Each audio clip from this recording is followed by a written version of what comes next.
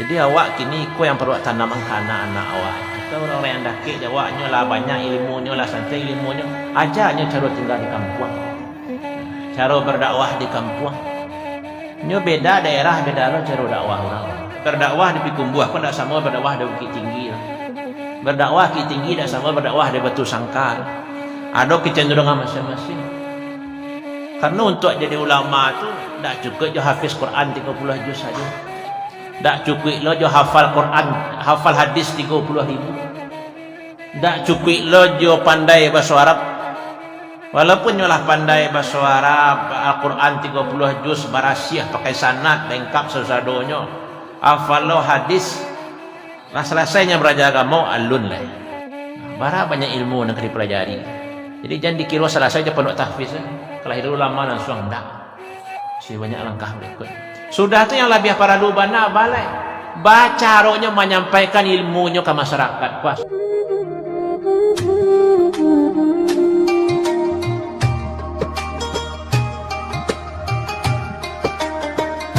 Assalamualaikum warahmatullahi wabarakatuh. Alhamdulillahi rabbil alamin. Alhamdulillahilladzi waffaqana litafaqquh fi dinihil matin. Ashhadu an la ilaha illallah wahdahu la syarikalah wa ashhadu anna Muhammadan abduhu wa rasuluh. Allahumma shalli ala Muhammad wa ala alihi wa ashabihi wa man tabi'ahum bi ihsanin ila yaumiddin, amma ba'd.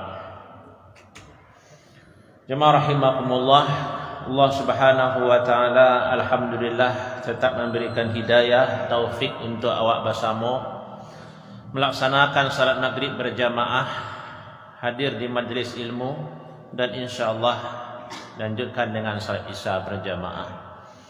Salawat dan salam buat Nabi kita Muhammad sallallahu alaihi wasallam, rasul yang disiapkan oleh Allah, dididik oleh Allah untuk menyampaikan risalah dakwah, risalah yang abadi sampai hari kiamat. Jemaah rahimakumullah, dalam pertemuan awak yang sebelumnya awak membahas tentang Buya Hamka. Ada yang tak lupa menyampaikannya. Kesimpulan dari Buya Hamka, siapa Buya Hamka? Buya Hamka adalah sosok yang taruh memperbaiki dirinya dan ingin lo tetap memperbaiki umat. Itu kesimpulannya Buya Hamka. Sosok yang taruh memperbaiki dirinya. Wak calik Buya Hamka tidak pernah berhenti belajar. Pulang dia berdakwah di Makassar lah baranak lah babini. Baru beliau belajar usul fikih, belajar mantik jayah beliau. Semangat belajar tinggi. Begitu je beliau ingin tetap memperbaiki umat. Waktu beliau bebas, beliau berceramah, mengarang buku, bertabligh. Sebelum kemerdekaan beliau ikut berjuang.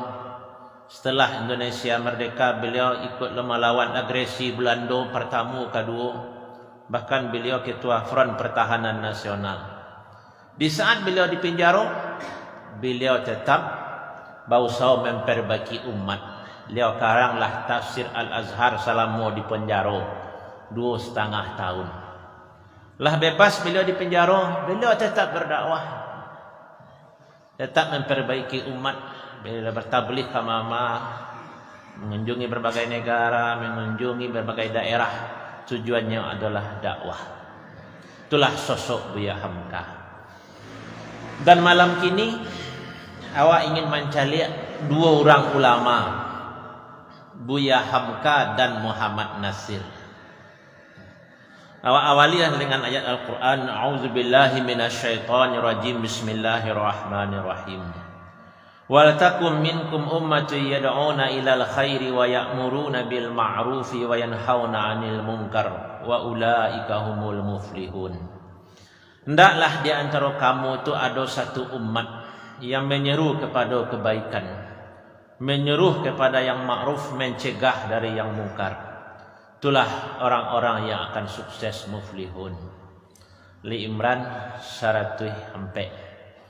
Dalam ayat 110, kuntum khaira ummatin ukhrijat linnas ta'muruna bil ma'ruf wa tanhauna 'anil munkar wa tu'minuna billah walau amana ahlul kitab lakana khairan lahum minhumul mu'minuna wa aktsaruhumul fasiqun.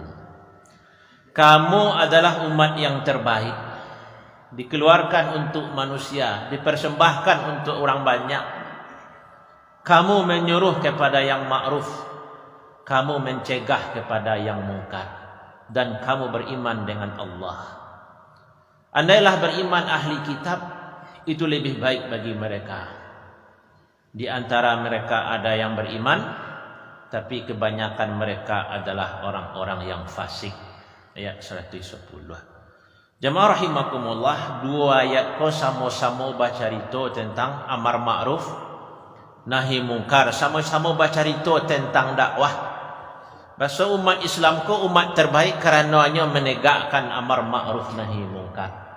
Kalau tidak ditagakkan amar ma'ruf nahi mungkar, hilanglah kebaikan yang ada di tengah umat ko. Dan masih banyak ayat-ayat yang lain. Dan dalam menegakkan amar ma'ruf nahi mungkar tu, awak perlu mencari contoh kanan sudah, mencari tuah kanan manang. Dan antara yang sukses itu adalah Buya Hamka dan Muhammad Nasir. Kedua beliau itulah sama-sama wafat. Nah, mungkin ada awak yang lah bertamu, ada yang belum pernah bertamu. Kalau aku yang belum pernah bertamu lah. Hanya membaca cerita, membaca tulisan, kok ada gambar, video tu yang nampak. Tapi kalau apa yang tu kan mungkin bertamu je Buya Hamka. Apa yang hadir ke ni nak bertamu je Buya Hamka. Taklah dua lah. Berarti tak ada yang merantau tu tak. Kalau di Jakarta dulu tu dia bertamu je dia. Ya, Buya Hamka dan Muhammad Nasir. Acok disebutkan, ya, kalau ingin jadi ulama, tiga yang perlu diperhatikan. Yang pertama, bagurulah ke ulama nalah mati, ulama nalah wafat. Jadikan itu tauladan. Ni ulama nalah wafat tu nalah terbukti sampai akhir hayatnya istiqamah dalam dakwah. Kalau ulama yang hidup kau moga-moga istiqamah baru. Semoga istiqamah. Tapi kalau ulama yang lah meninggal tu lah nampak makan tangannya, lah nampak bakih dakwahnya, lah nampak. Bagurulah ke ulama-ulama yang lah meninggal. Kemudian ya talak tiga lah dengan kenikmatan dunia. Ini dunia pun namanya mengganggu. Kalau ingin dia ulama, hati-hatilah dari fitnah dunia. Dan ketiga, taruhlah beraja, taruhlah membaca buku, menelaah kitab. Karena sejarah membuktikan dan ulama ko orang banyak ilmu, orang cerdas, sehingga orang sedikit seluruh. Kalau tidak pernah 10 besar waktu sekolah, itu ya payah jadi ulama. Soalnya kitab-kitab warisan ulama tu berpuluh-puluh jilidnya, beribu-ribu halamannya. Kalau tidak cerdas malu kan membacanya. Jemaah itu tentang ulama. Balik awak ke yang tadi,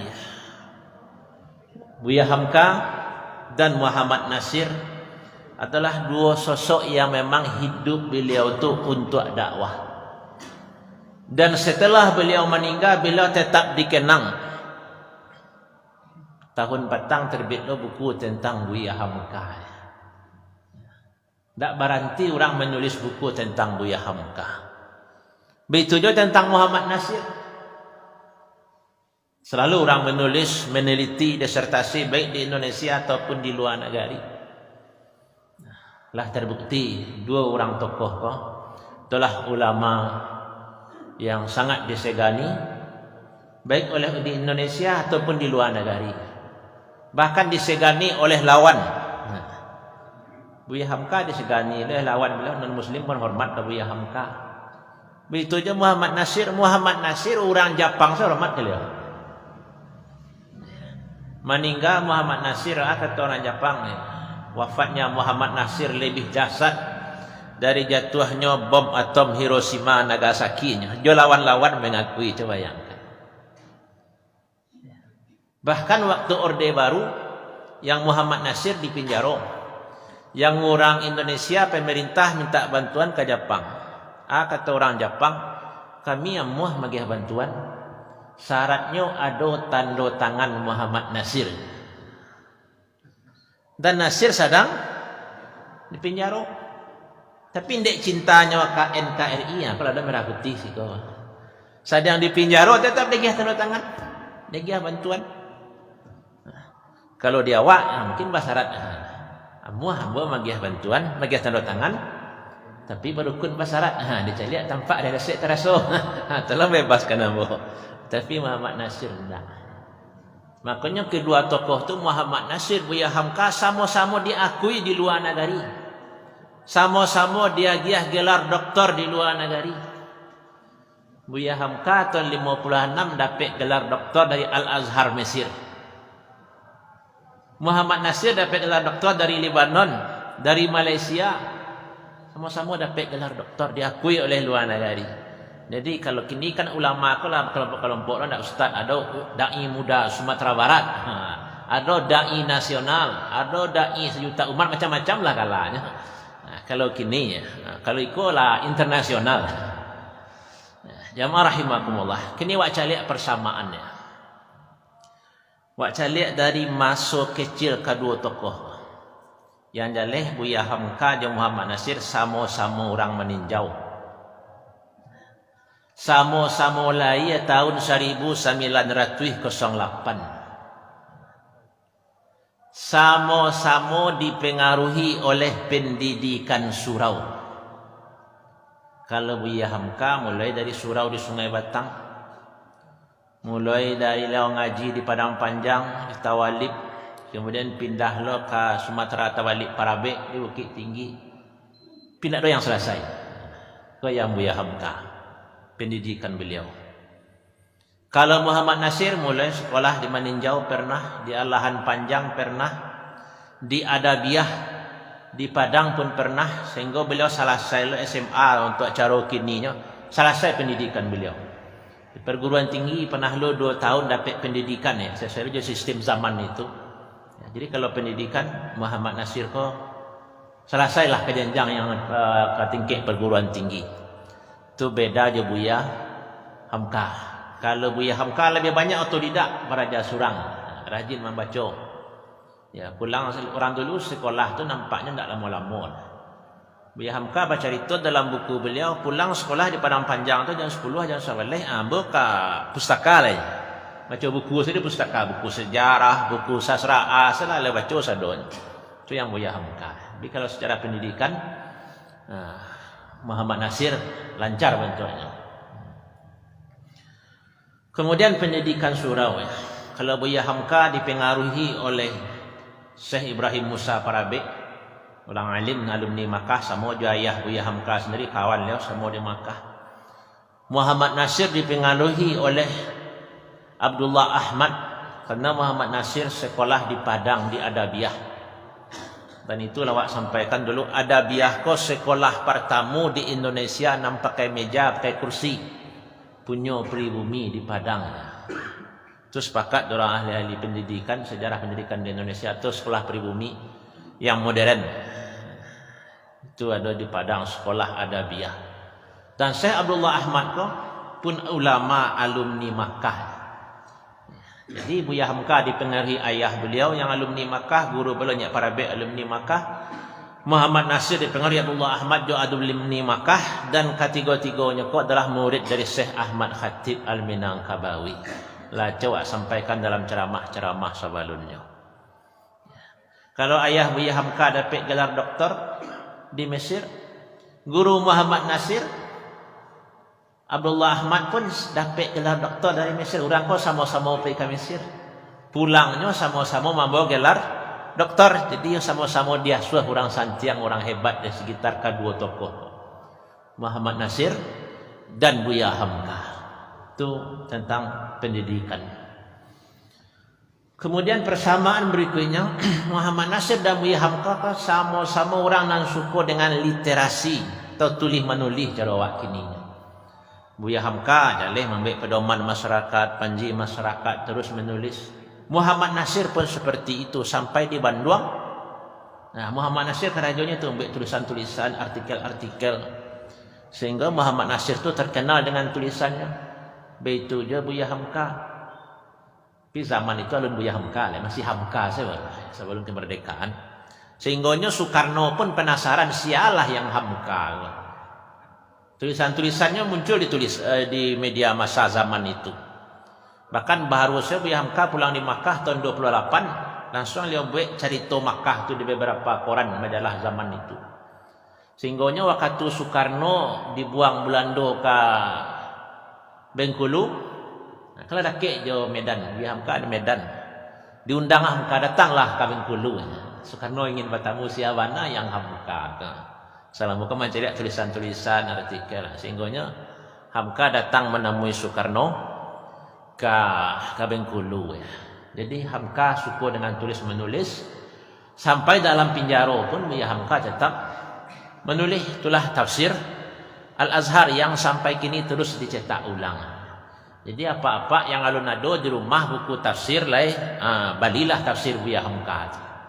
Banyak hiasan rumah hiasan dinding, guci, barang-barang mewah-mewah. Tapi kalau alun ado tafsir Quran, berarti ada langkuk isi rumah. Masih kurang ya baru. Jadi milikilah tafsir Buya Hamka. Boleh orang Minang tu senang membacanya karena ada pengaruh bahasa Minang. Muhammad Nasir pun seperti itu tetap menulisnya. Sampai sekarang buku-buku tulisan Muhammad Nasir itu tetap dicetak ulang. Seperti Kapita Salekta, Fiqhud Dakwah itu karangan Muhammad Nasir. Tetap dicetak sampai kini. Dan dengan tulisan-tulisan itulah orang mengenal dan meneliti sia sosok Buya Hamka, sialo sosok dari Muhammad Nasir. Ko profesi kedua sama-sama suka tulis menulis ya. Jamaah rahimakumullah. Kemudian pola istilah orang kini cara pandang ya, atau cara dakwah Buya Hamka, balo cara dakwah Muhammad Nasir. Yang jalih kedua orang ko sama-sama sampai mati orientasinya mayu berdakwah.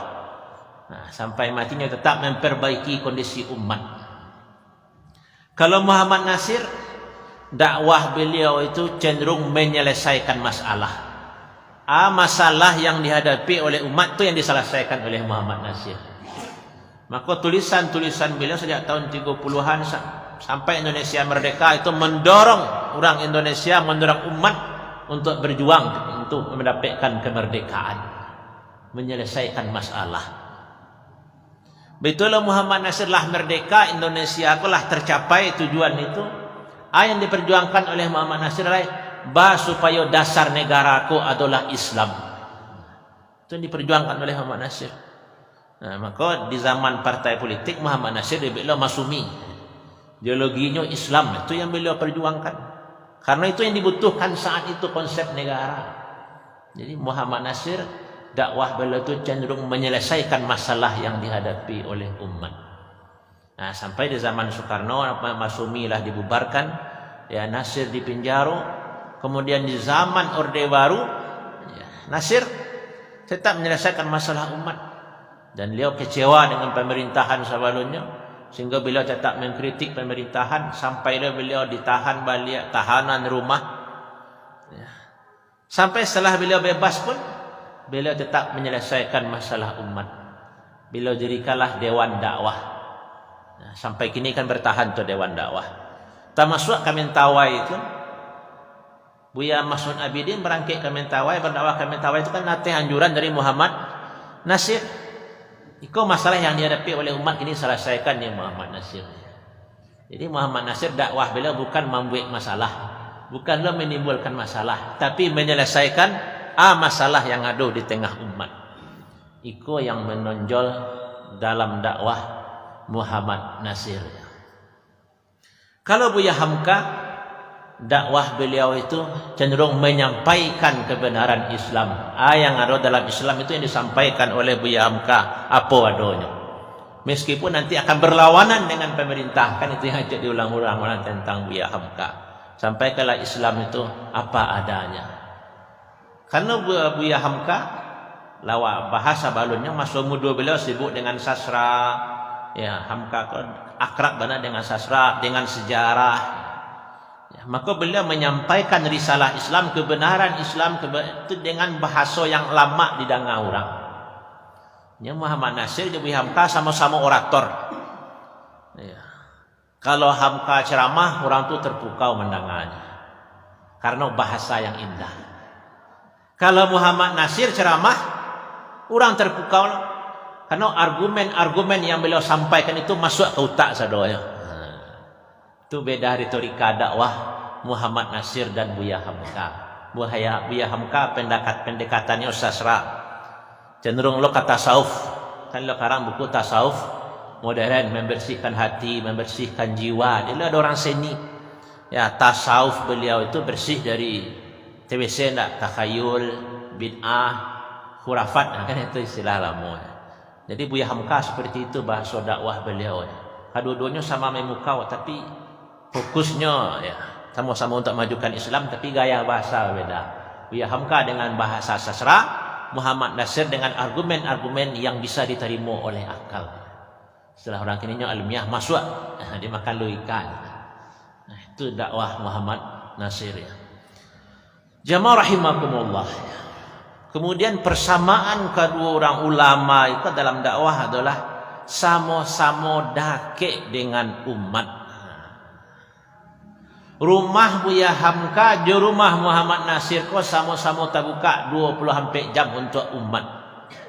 Memang tampik mengadu kapai, tampik bertanya ke pulang, tampik babarito, indak bainggo, indak babateh jo masyarakat.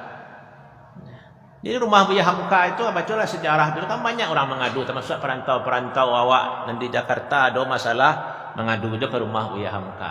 Ada yang mengadukan perkara keluarga, ada pakaro dakwah, pakaro ekonomi, sadunya mengadu ke Buya Hamka di Jakarta.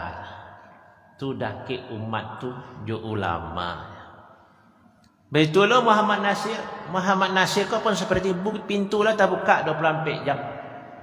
Sampai orang mengadukan semua permasalahan tamu lah, mulai dari orang Badarai, orang-orang Minang nama galih di Tanah Abang di Senen, sampai pejabat-pejabat negara, sampai tamu-tamu dari luar negeri datang ke rumah Muhammad Nasir. Membuktikan dua ulama ko dahke ju umat dak bajarak. Maka jadi itu banyak dalam kenangan hidup beliau, orang-orang rakyat Badarai pun merasa dahke Buya Hamka, dahke Muhammad Nasir. Dak kalangan atas yang dahke. Itu kelebihan Muhammad Nasir ya, dan Buya Hamka. Jamaah rahimakumullah. Kemudian wak calik lo penderitaan. Kalau tantangan dalam dakwah dah nampak tadi. Buya Hamka masuk penjara. Muhammad Nasir masuk penjara, sama-sama masuk penjara. Tapi jadi doa kalau ambo masuk penjara. Itu disebut syarat ulama harus masuk penjara. Walaupun banyak ulama nak masuk penjara. Tapi kan awak tidaklah berdoa untuk itu. Tapi kok tiba takdir di situ, jadi jalan lah. Istilah Ibnu Taimiyah. Dia ambo ke dunia kan datang Ibnu Taimiyah. Ambo dibuang orang pergi jalan-jalan ambo. Ambo dipinjara orang aja berkhalwat beribadah selambo di situ. Kan Ibnu Taimiyah tu sampai tahun dulu di penjara. Kalau masuk penjara lah ya. Sehingga adalah orang ulama dan penjara. Dulu bukunya siasa ulama-ulama yang masuk penjara dari dulu ya. Bahkan waktu Ibnu Taimiyah masuk penjara tu banyak lo murid beliau ingin lo masuk penjara. Supaya bisa beraja aja Ibnu Taimiyah macam itu dulu. Apa lewat dalam biografi ulama, ada ulama mazhab Hanafi ya.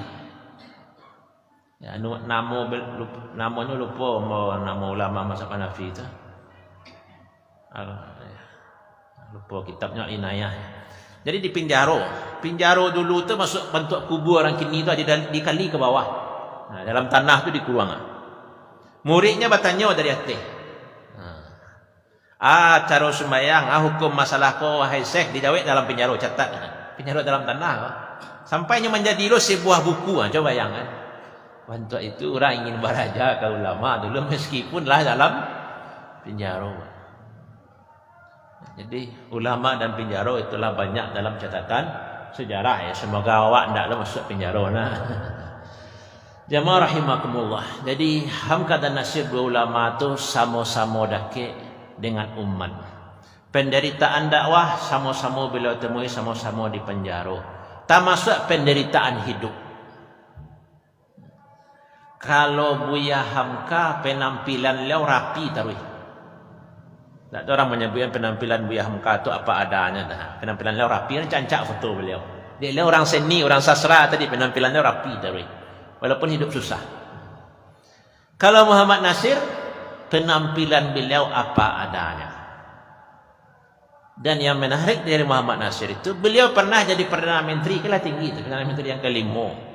Pernah jadi menteri, banyak jabatan yang pernah beliau duduki. Tapi jas beliau bertumbuk, bertambal. Kan itu yang banyak disorot orang. Ikulah Perdana Menteri dengan pakaian yang cukup sederhana.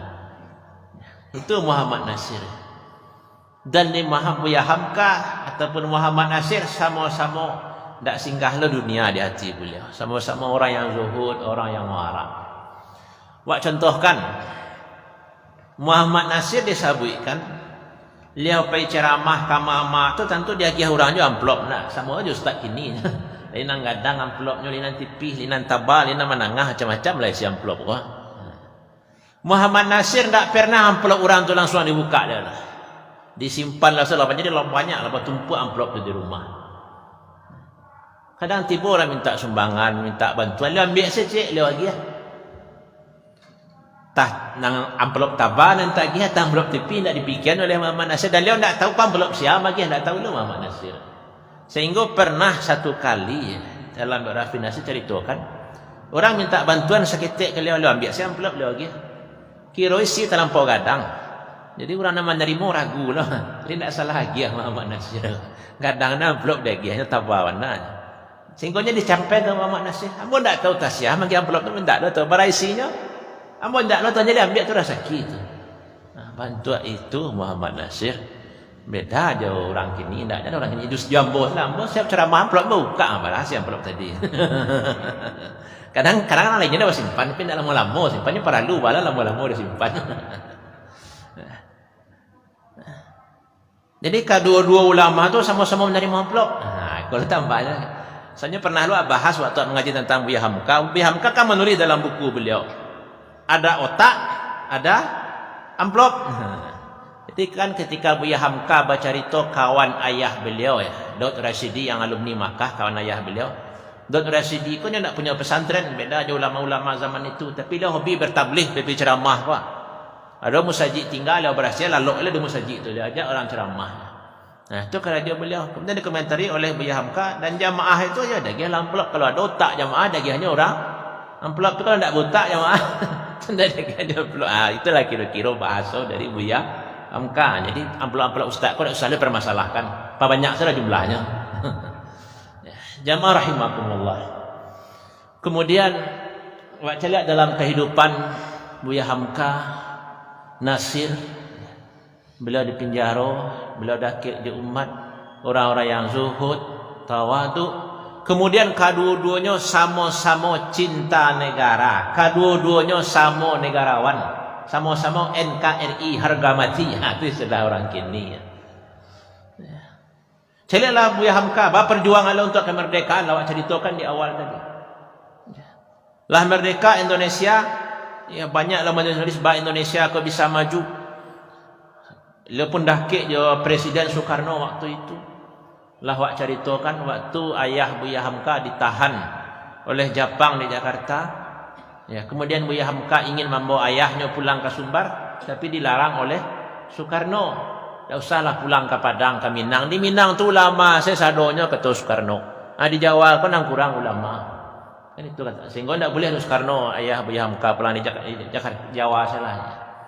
Nah, sehingganya Hamka waktu ingin pulang diantar lo oleh Soekarno, jelapih lo oleh Soekarno dari Jakarta. Pesan Hamka ke Soekarno, tolong calian ayahnya. Kan itu yang sampai yang pertemuan. Dia dakiknya di Soekarno.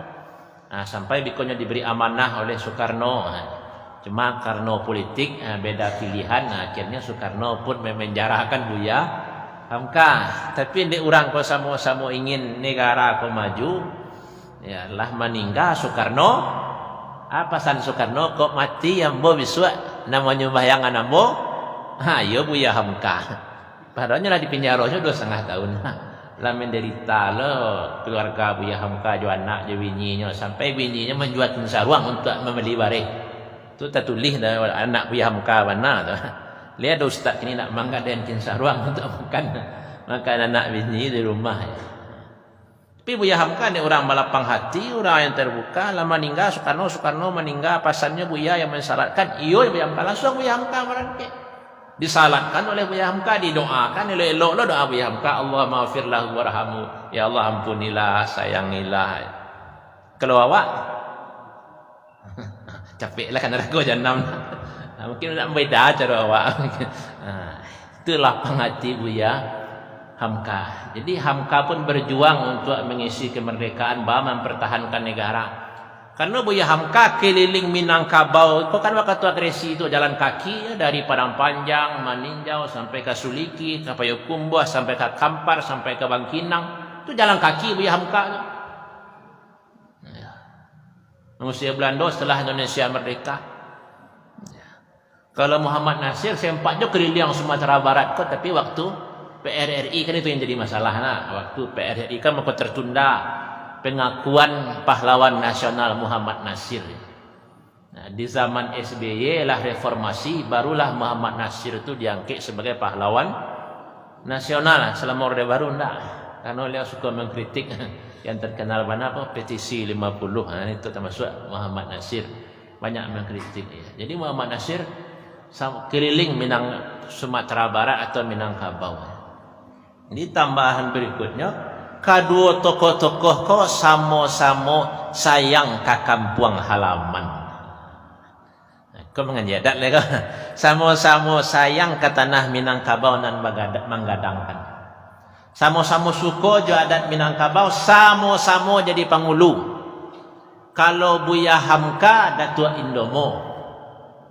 Kalau Muhammad Nasir, Datuk Sinaro Nam Panjang. Sama-sama datuk keduanya. Sama-sama dakik je Minangkabau. Sehingga dia peduli anak terjadi di Minang. Jadi lah Buya Hamka tu beberapa bulan atau dakik jaraknya sebelum beliau meninggal, beliau sempat je meresmikan Masjid Syuhada di Cupak Solo. Sampai dia ke daerah ya. Muhammad Nasir pun seperti itu.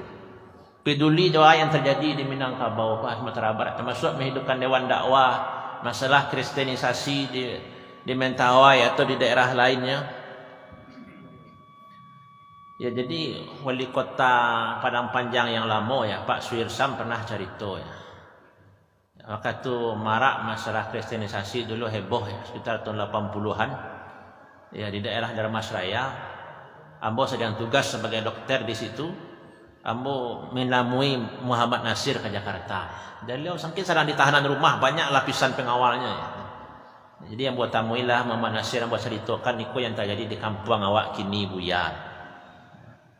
Nah, kemudian dia nasihat oleh Muhammad Nasir. Dia gih lo pitih. Nah, ini kata tadi. Dia gih lo pitih. Tah 1.500, tah 2.500 zaman itu. Apa dua pitih seketik gunakanlah untuk dakwah ya di Sumatera Barat tu Pak Suirsam yang kini DPR pusat Gerindra. Ya, Pak Suirsam wali kota Padang Panjang. Itu perhatian ke kampung halaman. Sehingganya perantau-perantau Minang tu seharusnya merasa dakik je Buya Hamka, merasa dakik je Muhammad Nasir. Jadi karantau madang dahulu babuah babungo balun, karantau bujang dahulu di kampung paguno balonnya. Tapi yang kedua-duanya sampai mati di rantau. Tapi tetap peduli di kampung halaman. Jadi nan pantun kalau paku kecang balimbiang tampurang lenggang lenggokkan di bawah nak orang kasuraso anak dipangku kemanakan dibimbiang orang kampung dipatenggangkan tenggang kampung jan binaso sama-sama dipaci oleh Buya Hamka, sama-sama dipaci oleh Muhammad Nasir sampai akhir hayat beliau. Termasuk rumah sakit Yarsi di Bukit Tinggi itu kan banyak jasa Muhammad Nasir. Karena tanda tangan Muhammad Nasir kau laku di luar negeri. Jadi termasuk sampai ambo kuliah di Madinah tu ada tanda tangan Muhammad Nasir situ. Ada tanda tangan Muhammad Yunus, beliau dakik orang-orang di Madinah, orang-orang di Saudi. Makanya tahun 80-an orang awak kalau ingin ke kuliah ke Timur Tengah, ke Ummul Qura, ke Madinah, minta serah tanda tangan Dewan Dakwah Muhammad Nasir. Nah, itu lancar insya-Allah kan itu. Termasuk orang-orang awak dulu yang lari, yang ada masalah di Indonesia lari ke Malaysia, kan Muhammad Nasir saya menyelamatkan sadonya. Jadi Buya Hamka Muhammad Nasir tu dakik di orang kampung pun merasa dakik di Buya Hamka walaupun tak pernah bertemu. Dia orang kampung suka menolong, suka malapangi, ndak lanya bertanya sia orangnya bantu orangnya. Jadi menolong orang awak tu sama-sama diperhatikan oleh dua orang ulama awak tadi. Jemaah rahimakumullah, itulah saketek tentang Buya Hamka, tentang Muhammad Nasir. Kemudian kini bahas supaya lahir ulama bantu itu. Kan itu perlu dia awak nak. Mata awak nak punya cucu, nak punya anak, bahas supaya awak lahir lo daknya ulama bantu Muhammad Nasir, bantu Buya Hamka itu. Ulama memang sampai akhir hayatnya dihormati oleh umat. Bisa berbuat banyak untuk umat. Sampai jo lawan-lawannya hormat. Karena tutur kata yang elok, pandai bergaul ya. Jamaah rahimakumullah. Kalau memasuk anak-anak ke pesantren, memasuk anak-anak ke pondok tahfiz itulah biasa kini. Tapi kadang yang jadi masalah, sisi kurangnya kadang tamat pesantren, tamat madrasah tu cara bakampuang yang tak dapat. Rasa pareso tu kadang yang hilang. Lainnya kalau nya tinggal di pesantren, tinggal di madrasahnya saragi sama sadonya penuntut ilmu sadonya. Ya. Kalau di situ pandainya bergaul, kadangnya pulang di pesantren, dia di rumah saja. Tak pandainya bergaul orang sawalah menyewalah. Tak pandainya di orang kampung. Ini kok jadi masalah. Padahalnya ingin berdakwah, ingin merubah masyarakat yang ada di kampungnya. Sementara nya tak pandai cara bakampung. Jadi kalau ada anak-anak awak yang di pesantren yang lah hafiz Quran 30 juz yang lah sekolah tinggi, harus diajarnya cara bakampung. Baca rati cara tinggal di kampung. Dan dulu lah pernah awak sampaikan, nasihat tuanku Imam Bonjol sebelumnya dilarikan ke Jakarta, ke Batavia atau ke Jakarta. Kan dijagon anaknya sedang lalu tengah malam. Basuhnya Imam Bonjol kapai lah dan ndak tahu anang kata jadi setelah nyobai. Nah dia ajar Imam Bonjol lah kanak nyoba ke manyawa di bawah di lia bakato di bawah-bawah kan itu mana nasihat Imam Bonjol kanaknya. Itu lelu dua halaman dalam catatan harian Imam Bonjol tu. Jadi Imam Bonjol tu jadi ulama jangan dikira sembarang sebenarnya. Sampai ke pendidikan anaknya baca di kampung besok setelah hampa lah dipasanan oleh Tuanku Imam Bonjol. Ya, sama Luqmanul Hakim mana nasihat ke anaknya. Sama aja Nabi Ibrahim banyak mengenal kampung halaman. Nah, seperti itu loh Tuanku Imam Bonjol. Pokoknya luar biasa kepemimpinan Tuanku Imam Bonjol. Nah, itu pun membutuhkan sebuah ilmu. Jadi Buya Hamka itu tadi pandainya cara menyampaikan ke orang. Dia bahasa sastra, dia bahasa yang penuh dengan seni, itu Buya Hamka. Kalau Muhammad Nasir tadi menyampaikan dakwah itu dengan argumen-argumen, dalil-dalil yang jaleh, logika yang bisa diterima oleh orang banyak. Itu kelebihan Muhammad Nasir. Iko yang kadang paralu ditanamkan penusuk ke ustaz-ustaz muda atau anak awak, cucu awak yang calon-calon ustaz. Dan sampai biko anyo tu dibantu kalau kata di bawah tempurung kasana bahasanya ndak masa orang hafiz Quran kecen kata bawah tempurung. Kata emas dalam tempurung lah. Ilmunya banyak, isi kapalnya santiang luar biasa. Tapi di dunia kau sampi dia nyanyi surang senang bana akhirnya ketek kesudahnya. Sampi bajunya kesudahnya. Ilmu banyak tapi nama nangai itu sih orang. Tak berkembang. Sementara orang lain mungkin ilmu seketek tapi tersentuh masyarakat, berubah orang lainnya. Nah, jadi koko yang perlu sampaikan karena awak ke cucu yang bergerak di bidang agama. Bah supaya dakik di masyarakat jangan berjarak awak di masyarakat. Tadi awak contohkan pintu rumah Muhammad Nasir, pintu rumah Buya Hamka tak buka 24 jam sampai mengadu dengan tak ada dakik je orang. Tapi kalau awak nak belok je orang, nak pasapon je orang, baru caranya. Baru cara awak berdakwah. Dan baitullah Rasulullah dulu dalam dakwah. Kan Rasulullah tu dakik je para sahabat.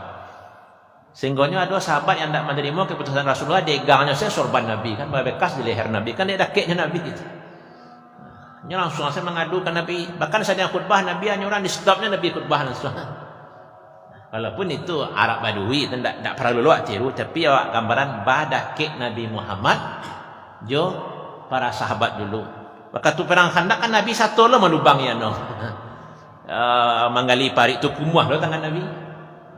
Jadi nak minti su Nabi kajar kini nya. Di situ dah keknya Nabi je para sahabat dulu. Dan betul ulama-ulama awak. Jadi bersyukur kini orang lah banyak masuk pondok tahfiz, orang masuk lah banyak masuk pondok-pondok pesantren. Tiap tahun bertambah saya pondok pesantren. Alhamdulillah. Maka yang paralu tu celai bahas supaya anak-anak yang lah hafiz, anak-anak yang tamat pondok pun dah keknya masyarakat bisa hidup menyatu di masyarakat, bisa lo memperbaiki masyarakat. Kau yang awak inginkan. Sehingganya pakai cik tadi jangannya santiang surang saya hebat surang saya. Tak nampak bekasnya. Bapak ibu jamaah rahimakumullah. Itu pasan awak yang awak ambil pelajaran dari dua tokoh tadi. Dua tokoh tadi hendak lo sempat menghafal Quran sehingga hendaknya hafiz 30 juz. Hendak lo menghafal hadis banyak-banyak. Hendak lo ahli fikih mendalam. Bentuk-bentuk orang kini kan bisa dibuka Google nak segala pendapat ulama bisa tahu kini. Rawi-rawi hadis di kitab hadisnya halaman bara jilid bara bisa orang tahu jiko kini kan. Zaman Buya dulu kan tak do itu. Kuat do itu mungkinlah luar biasa lah ulama-ulama dulu dalam masalah itu.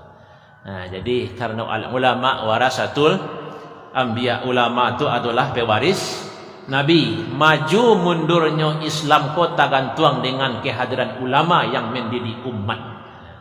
Makanya iko paralu menjadi perhatian bagi awak. Masjid-masjid awak lah megah kini celilah dari Pikumbuh sampai ke Padang.